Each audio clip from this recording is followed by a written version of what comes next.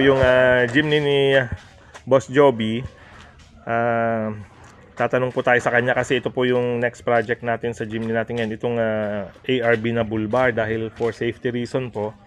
Ang jeepney po kasi medyo maliit, and then pagdating sa safety, at least itong bull bar, ilayo ng Panginoon po, ayaw nating mangyari, pero at least meron man lang mag-absorb ng initial impact.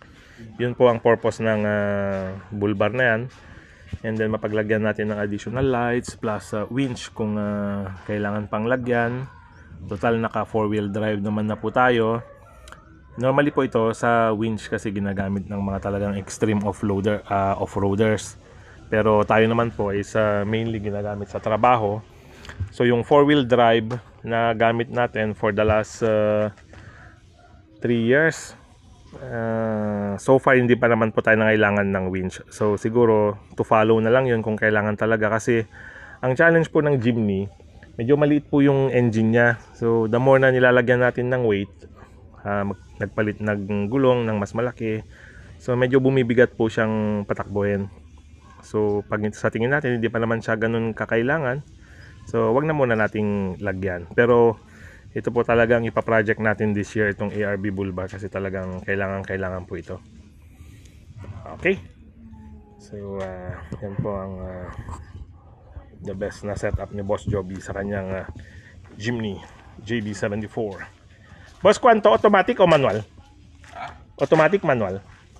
Manual, okay. So same po tayo, manual din yung sa atin. And then yun po, upgraded na yung kanyang exhaust. Ready Suzuki. Okay, ganda po. Ang original color po nito dati is white, and pinarepaint ni Boss Joby sa... Boss, anong tawag sa ganitong kulay? Tinimpla lang nila, kinopya ko lang kay Boss doon dito. Brown. Oh, parang Brown. coffee brown eh. Coffee brown. Mocha. Mocha. Tawagin na natin It's mocha. mocha. Okay. Parang nilagay namin doon mocha brown eh. O parang doon sa ganyan. Ano po? Mocha, parang mocha.